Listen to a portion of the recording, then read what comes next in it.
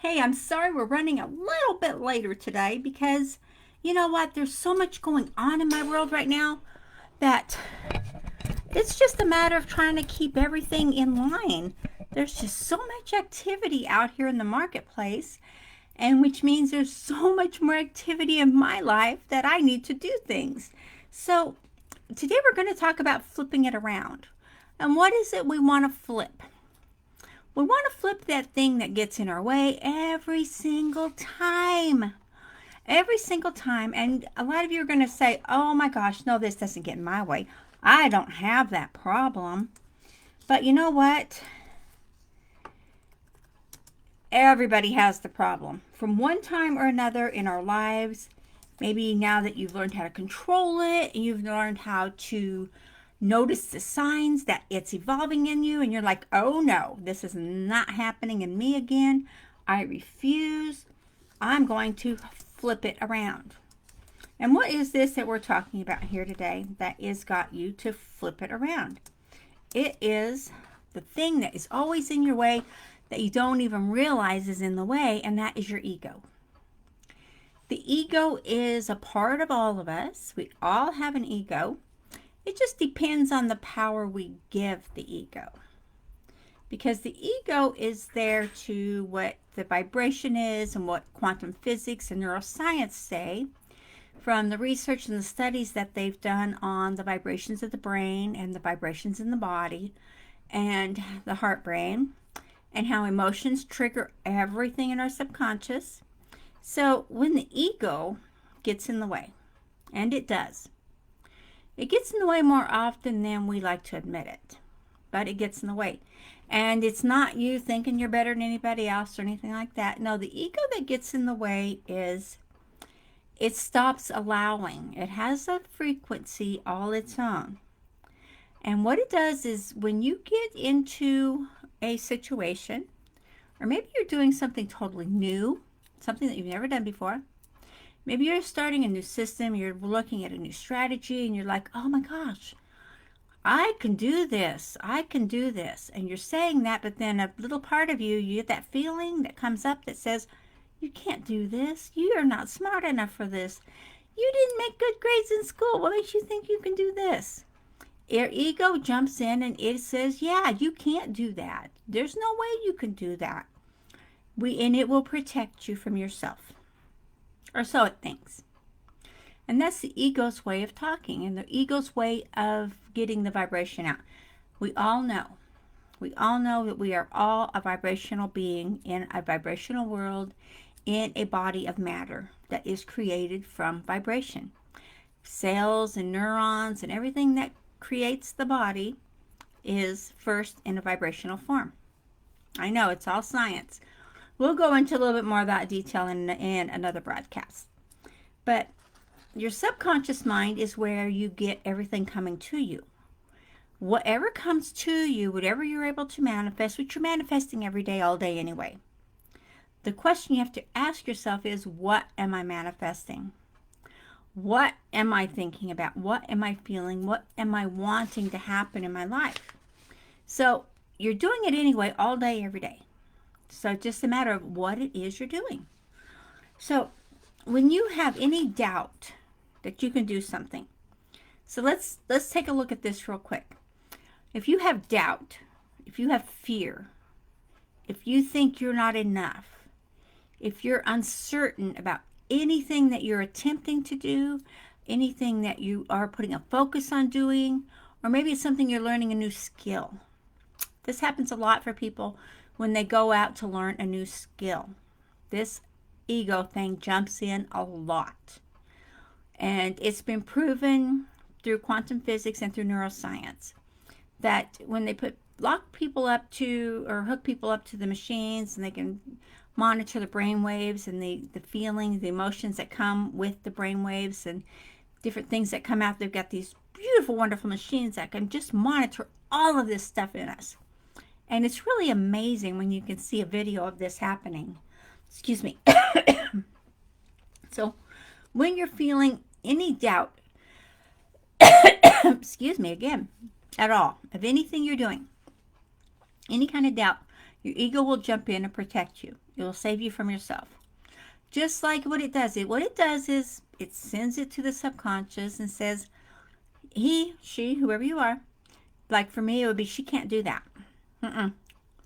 No, that's not good for her. She does not know how to do that. She does not versed in that. That's not in her wheelhouse. She does not know how to do that. So do not bring her anything that's going to give her that opportunity. So your ego is working to protect you, and your subconscious has no idea if anything is real or not. The subconscious just is. It's there. It's protecting you. It is keeping you living. It's keeping you breathing and chewing and swallowing. Your subconscious is doing all of that for you. Well, it's keeping your body in tune to do that, I should say. But the ego is a vibration, and it talks to the subconscious. So it will let your subconscious know what it thinks you need to do or not do. So when there's not good enough, and when things aren't going your way, and when things are just like, no matter what you do, things don't happen. And you keep getting this doubt slipping in, and you keep getting this regret because you didn't do something. Maybe you have regret that you didn't buy that stock when it was low, or maybe you didn't get into gold and silver when it was at a reasonable rate, or whatever it might be. Your ego will jump right in and say, yeah, you don't need that. You didn't need that. You're fine. You don't need to pursue that. You don't need to go further in that. So your ego stops your subconscious from putting those opportunities in your way. And the subconscious will put opportunities in your path. It's your responsibility to take those opportunities when they show up and grow with them and use them to manifest and create what it is you're wanting. So let's flip the ego. Okay? We know the ego is powerful.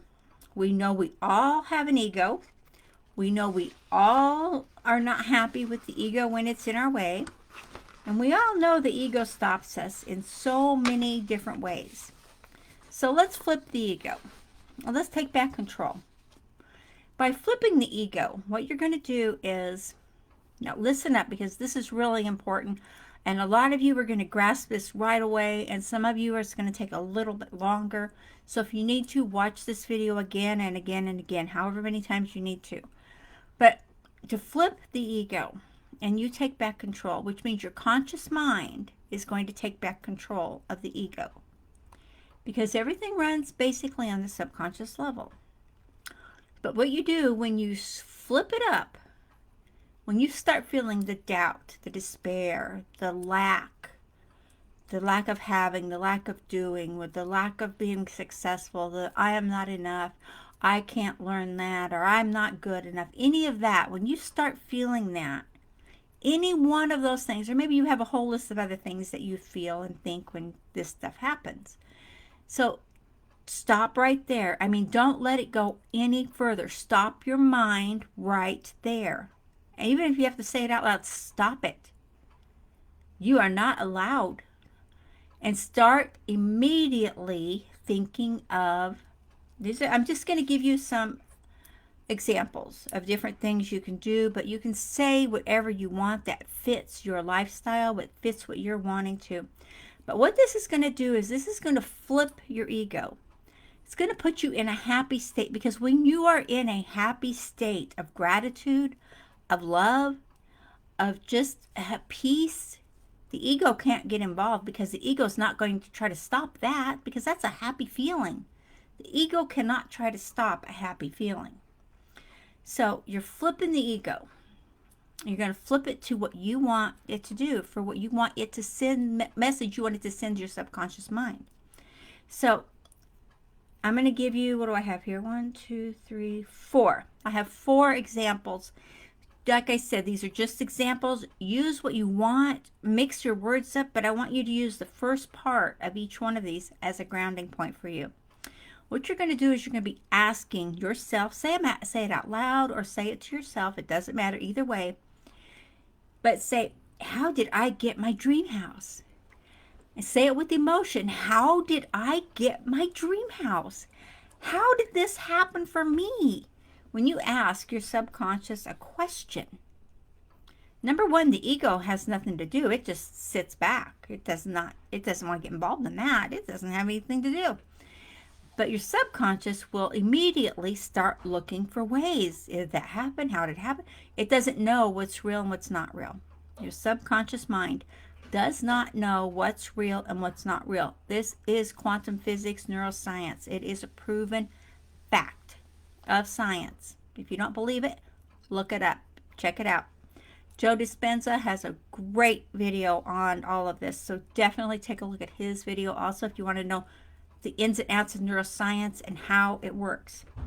Okay, and the second question you ask yourself is,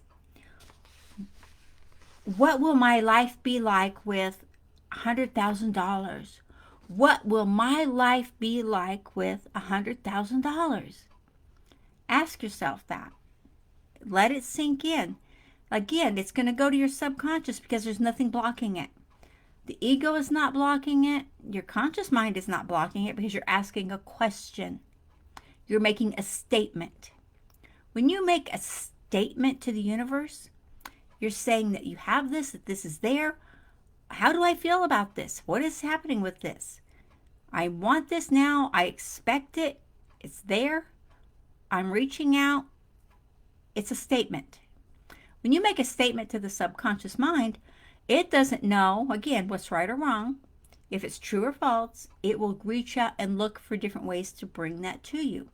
You have to keep doing this over and over, guys. It's not going to happen overnight. And do not sit on the sofa or your lazy chair and expect to have everything fall out of the sky and land in your lap. It doesn't work that way.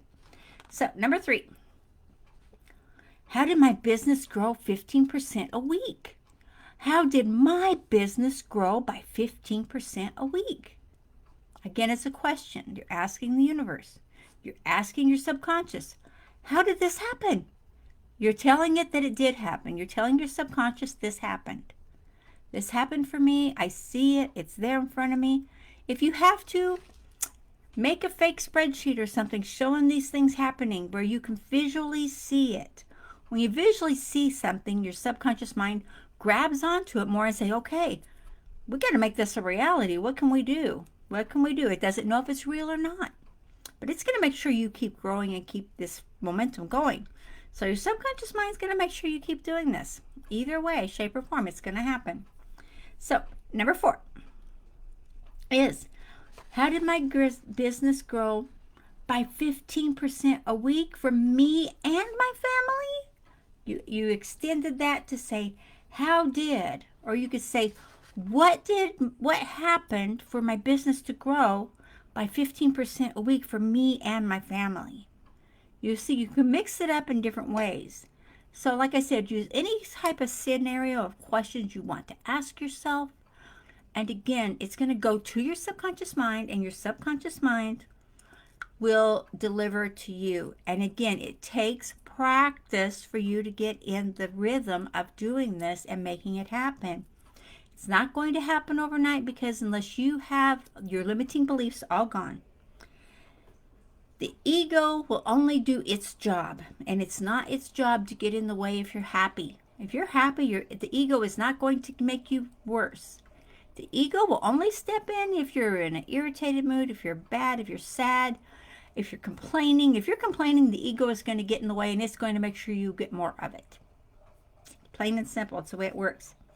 So it's a universal law, and we live in a universe of laws. So it's a universal law that when you ask, it is given. It's just a question of, are you allowing? Are you in a state of allowing what you're asking to come to you? Or are you letting the ego get in the way? A lot of times we people let the ego get in the way, and we don't even realize we're doing it. We don't even realize we're letting the ego get in the way.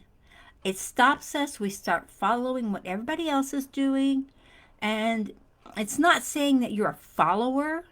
It's saying that a lot of people tend to follow the masses. So if you're following the masses and everybody's irritated and everybody's grumpy and everybody's just, trying to fit in with everybody else and doing what everybody else is doing, that's your ego is going to get involved in that, and it's going to keep giving you more of that.